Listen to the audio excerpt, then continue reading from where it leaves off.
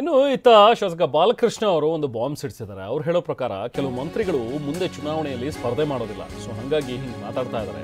ಈಗ ಮಾತನಾಡ್ತಾ ಇರುವಂಥ ಕೆಲ ಮಂತ್ರಿಗಳು ಸ್ಪರ್ಧೆನೇ ಮಾಡೋದಿಲ್ಲ ಮುಂದಿನ ಚುನಾವಣೆಯಲ್ಲಿ ಅಂತ ಹೇಳಿ ರಾಮನಗರದಲ್ಲಿ ಮಾಗಡಿ ಶಾಸಕ ಎಚ್ ಬಾಲಕೃಷ್ಣ ಬಾಂಬ್ ಸಿಡಿಸಿದ್ದಾರೆ.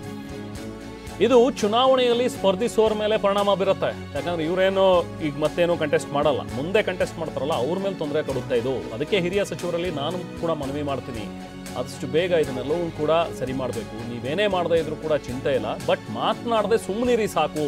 ಇದೇ ನೀವು ಕಾಂಗ್ರೆಸ್ ಪಕ್ಷಕ್ಕೆ ಕೊಡೋ ದೊಡ್ಡ ಗೌರವ ಅಂತ ಹೇಳಿ ಬಾಲಕೃಷ್ಣ ಅವರು ಹೇಳಿದ್ದಾರೆ.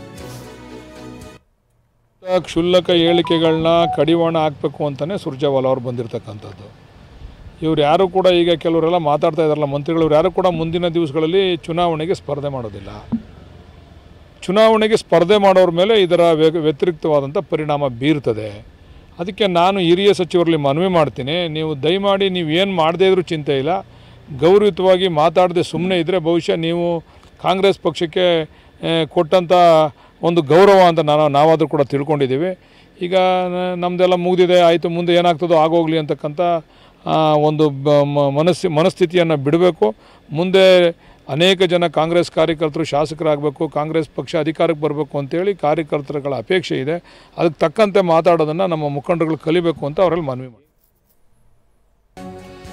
ಸೊ ಇದ್ರ ಜೊತೆಗೆ ಈ ಅವಧಿಯಲ್ಲಿ ಡಿ.ಕೆ. ಶಿವಕುಮಾರ್ ಸಿಎಂ ಆಗ್ತಾರಾ ಅನ್ನುವಂಥ ಒಂದು ವಿಚಾರಕ್ಕೆ ಸಂಬಂಧಪಟ್ಟಂತೆ ಮತ್ತಿಕೆರೆ ಗ್ರಾಮದಲ್ಲಿ ಶಾಸಕ ಎಚ್ ಬಾಲಕೃಷ್ಣ ಅವರು ಇದ್ರ ಬಗ್ಗೆ ಮಾತಾಡಿದ್ದಾರೆ.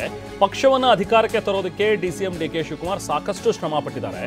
ಶ್ರಮಕ್ಕೆ ಪ್ರತಿಫಲ ಸಿಗಬೇಕು ಅಂತ ಹೇಳಿ ಹೈಕಮಾಂಡ್ಗೆ ನಾವು ಕೂಡ ಮನವಿ ಮಾಡಿದ್ದೀವಿ.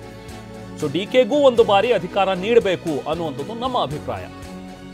ಡಿ.ಕೆ. ಒಂದು ಬಾರಿ ಸಿಎಂ ಆಗಲಿ ಅನ್ನೋದು ನನ್ನ ಅಭಿಪ್ರಾಯ ಅಂಥೇಳಿ ಮತ್ತಿಕೆರೆ ಗ್ರಾಮದಲ್ಲಿ ಶಾಸಕ ಎಚ್ ಬಾಲಕೃಷ್ಣ ಹೇಳಿದ್ದಾರೆ.